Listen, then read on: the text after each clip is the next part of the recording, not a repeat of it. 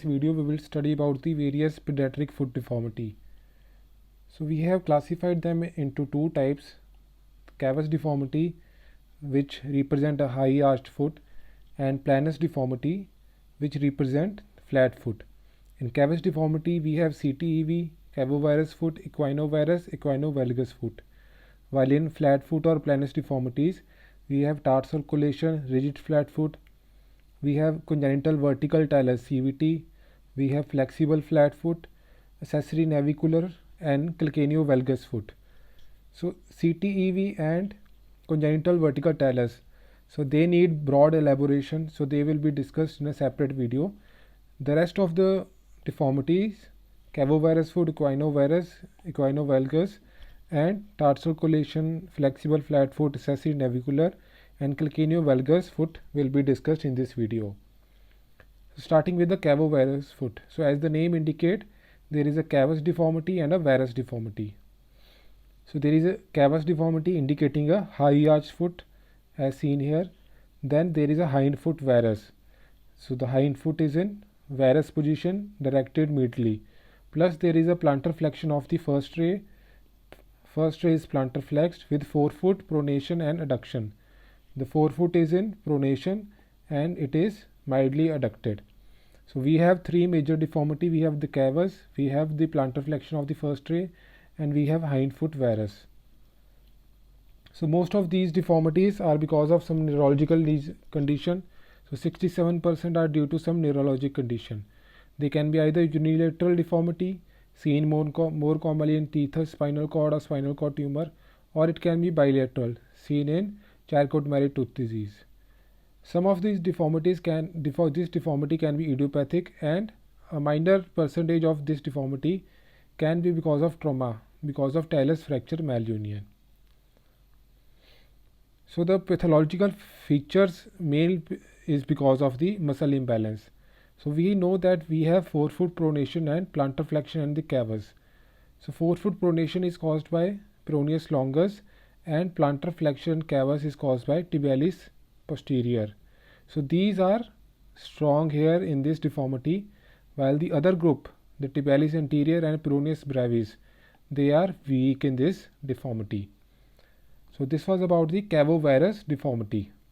Now starting then the next deformity is the equinovarus. So as the name indicate, there will be equinus and there will be a varus deformity. So as we can see here in this picture, there is a equinus deformity and there is a varus deformity. So the varus deformity means there is overpull of the inverters over the everters. So the inverter group of muscles, they have overpowered the everter group, and what all comes in the inverter group, we have tibialis posterior and tibialis anterior, and plus there is a overpull of gastrosoleus complex which leads to the equinus deformity. So we have the varus deformity because of overpull by the tibialis posterior and the tibialis anterior, and we have equinus deformity because of the overpull of the gastrosoleus complex. So this results in a equinovarus deformity. So most commonly it is seen in cerebral palsy, Duchenne muscular dystrophy, and spina bifida conditions. Third deformity in the cavus group is the equinovalgus deformity. As the name indicates, there will be a equinus and there will be valgus of the foot. So as we can see here in this picture, there is a valgus deformity of the foot, and plus there is a equinus deformity.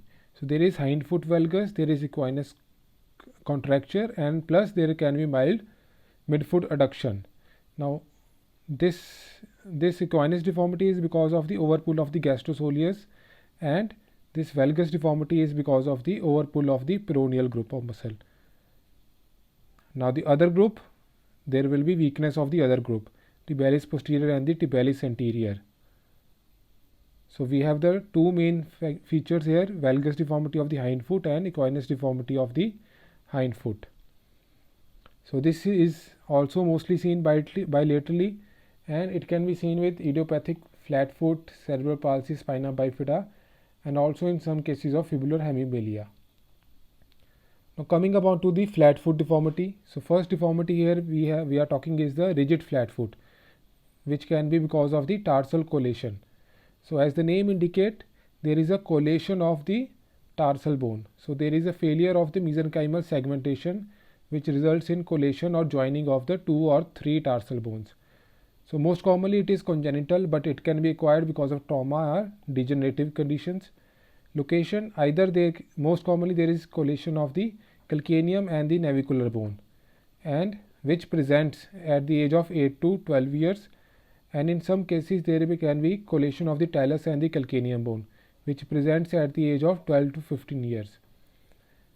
In the pathoanatomic classification, what is forming the joint between the 2 tarsal bone is described in this classification. So it can be either fibrous joint, or it can be a cartilaginous joint, or it can be a complete bony connection between the 2 tarsal bones. So as we can see here, there is connection of the talus and the calcaneum here, and there is collation of the calcaneum and the navicular, which is the more common one. So deformity seen here in this case is the flattening of the longitudinal arch. The medial longitudinal arch, which is normally seen, it is flattened. Plus there is abduction of the forefoot. Forefoot is abducted. There is a valgus of the hindfoot. The hindfoot is in valgus, and they can be associated peroneal spasticity. So some more features on physical examination. So there is a hindfoot valgus we have discussed. So the hindfoot is in valgus. Plus there can be forefoot abduction. So as we can see here, there is a abduction of the forefoot. There is a hindfoot valgus and abduction of the forefoot. There is a pes planus indicating the flat foot. We can see here the medial longitudinal arch is completely flat. There is limitation of the subtalar motion. Because of the deformity, there can be a heel cord contracture. The tendoachilles is contracted, and the arch of the foot, it doesn't reconstitute on toe standing. So this differentiates between the rigid and the flexible flat foot.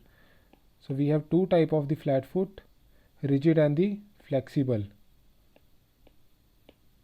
So in flexible group, the arch of the foot, the medial longitudinal arch, it reappears on toe standing, but in rigid group it doesn't reappear. So as it is a bony deformity, so we need to go for the X-rays. So important X-rays to be done are the AP view, lateral view, 45-degree oblique view is the most important one, and Harris view. So this is the lateral view. So this is the 45-degree oblique view, showing the collation between the talus and the calcaneum. And this is the Harris view done in full dorsiflexion, and the X-ray beam are angled at 45 degree to the base of the foot, sole of the foot. So this again indicates collation, and this is the normal AP view.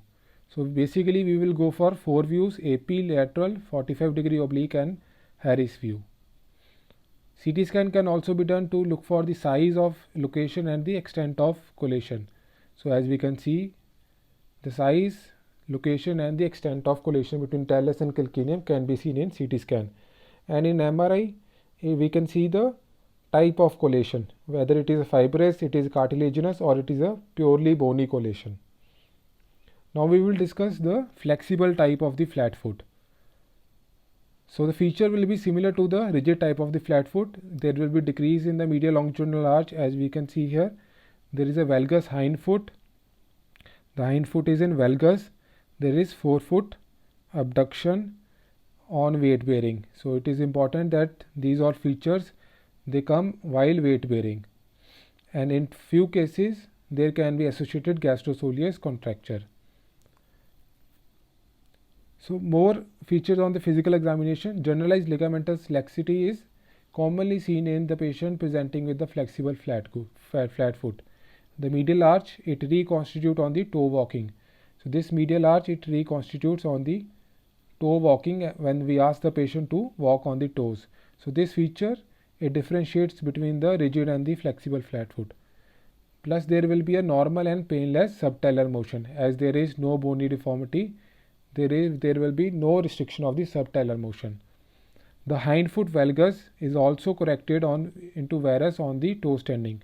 So the valgus deformity which we see on weight bearing, it is corrected on toe standing. Now another deformity of the flat foot is the accessory navicular bone. So this is basically a plantar medial enlargement of the navicular bone. So this is the accessory navicular bone. So it can exist as a separate bone, or it can be completely ossified with the navicular. So it can be either accessory bone, or it can be a ossified extension of the navicular bone. So it is normal variant seen in 12% of the general public. Majority of them are asymptomatic, but in symptomatic it is the females that are more common. So we have three types of the accessory navicular bone. So this is the type 1, which is known as the os tibial external. So this is sesamoid bone which is embedded in the distal portion of the posterior tibial tendon. So there is insertion of the posterior tibialis posterior in the navicular tuberosity. So this is basically a sesamoid bone in its insertion. So this group of the accessory navicular bone are usually asymptomatic. Then we come to the type 2. So there is a triangle shaped accessory bone which is attached to the navicular tuberosity by a layer of fibrocartilage. So there is a connection of fibrocartilage. So this may cause posterior tibial tendon dysfunction because of repeated irritation in this region leads to inflammation and cause the tibialis posterior tendon dysfunction. Coming to the type 3. So it is completely fused with the index bone. So this is fused accessory navicular bone which results in a prominent navicular tuberosity, also known as a hooked navicular. So it is traditionally symptomatic because of its prominence medially. So talking about the clinical picture, majority of the patient, as we have discussed, are asymptomatic. Those who present, they will present with a medial arch pain, and on inspection there might be a swelling, and on palpation there will be a medial foot tenderness in this region. So the X-ray, important X-rays to be done for specific views are the external oblique view. 45-degree oblique views are done. AP and lateral views are also done side by side. So this was about the accessory navicular bone leading to a type of the flat foot. So last deformity we will talk is the calcaneovalgus deformity. So as the name indicates, it is a valgus deformity, and plus the calcaneo here indicates that calcaneal bone is prominent. So it is a dorsiflexion deformity. So it is a benign soft tissue contracture without any congenital deformity. So the cause here is the soft tissue contracture, and there is no bony deformity or congenital deformity. It is only a soft tissue contracture. What we hallmark is the hind foot is in eversion, and plus there is a dorsiflexion of the foot. So on physical examination we will see a excessively dorsiflexed foot that is passively correctable. So as we can see here in this picture, that the foot is in excessive dorsiflexion, but on passive correction it is normal. The dorsal surface of the foot, it rests on the anterior tibia. So as we can see, the dorsal surface of the foot, it rests on the anterior tibia shin. So X-rays we need to look in the AP and the lateral tibia view, because we need to rule out the posterior medial tibial bowing. So it might be seems that there might be a bowing in this region, but this need to be ruled out by the X-rays, and we need to rule out the CVT, congenital vertical talus, by looking in the plantar flexed lateral view. So this was till now we have discussed the deformity of the foot.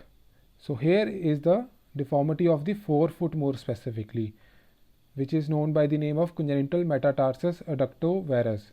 So as the name indicates, it is a deformity of the metatarsus which are causing adduction and the varus deformity. So it is basically a rotational deformity. So there is a adduction of the forefoot, but the hind foot is normal. So the forefoot is in adduction, but the hind foot, it is normal. Now how will the patient present to us? It will present with the in-toeing gait. So the patient will complain of a in-toeing gait because of this deformity. The forefoot is in adduction. The lateral foot border is convex. So this border is convex. The medial soft tissue crease will be prominent because of the concave. It will be prominent here, soft tissue crease. And the normal hind foot and subtalar motion is seen because it is a deformity of the metatarsal region.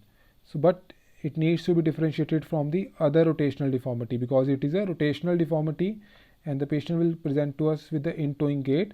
So, the other causes of the in-toeing gait such as femoral anteversion and tibial torsion, they need to be ruled out when we are suspecting the patient to have this deformity. So, coming to the classification, so we have the Beck classification, which is a heel bisector method. So we draw a bisector in the middle of the heel and we look where it passes in the toes. So normally it passes in the second and the third toe. In mild cases of this deformity, it passes in the third toe itself.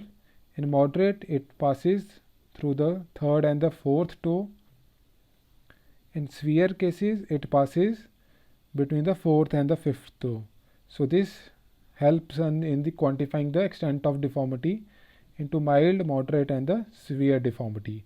So this is the Beck classification. So another classification is the Burge classification. So in this classification we have classified depending upon to the extent of deformity.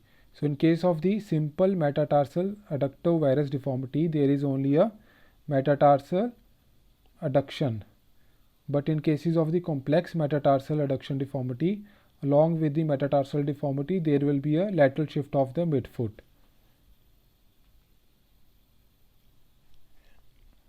Then we come to the more complex deformity, which is a skewed foot, which is having metatarsal adduction deformity plus a valgus hind foot. So there is a deformity of the hind foot also in this case. Then more complex is the complex skew foot, which is known as serpentine foot. So in this case, there is a metatarsal adduction, there is a lateral shift of the midfoot, and plus there is a valgus hind foot. So there is a 3 times deformity: metatarsal adduction, lateral shift and the valgus hind foot. So this is the Burge classification, classifying into simple metatarsal adduction, complex with more complex deformity, skew foot with valgus deformity of the hind foot also, and complex serpentine foot with combination of all the deformity. Coming to the treatment part of the metatarsal adductovarus deformity, so first is the non-operative treatment. So in cases where there can be this deformity can be actively corrected to the midline, no treatment is required. So in those deformity, flexible deformity, where it can only be passively corrected to the midline, in those cases we advise the serious stretching by the parents. But in rigid deformity, where there is a significant medial crease, soft tissue crease, so we need to go for the casting procedure to obtain a lateral border, straight lateral border of the foot. Coming to the operative treatments, so once the non-operative treatment has failed, we can consider for the operative treatment. So first is the tarso-metatarsal capsulotomies. So we can go for release of all the contracted capsules. Then we know that lateral column in these cases, lateral column is lengthened, so we can go for the shortening of the lateral column, and medial column we know that in these cases shortened, so we can go for the medial column open osteotomy. So or we can go for the open wedge osteotomy on the medial side and closing wedge osteotomies on the lateral side. So this is a brief of the operative treatment. So that was all about the various pediatric foot deformities.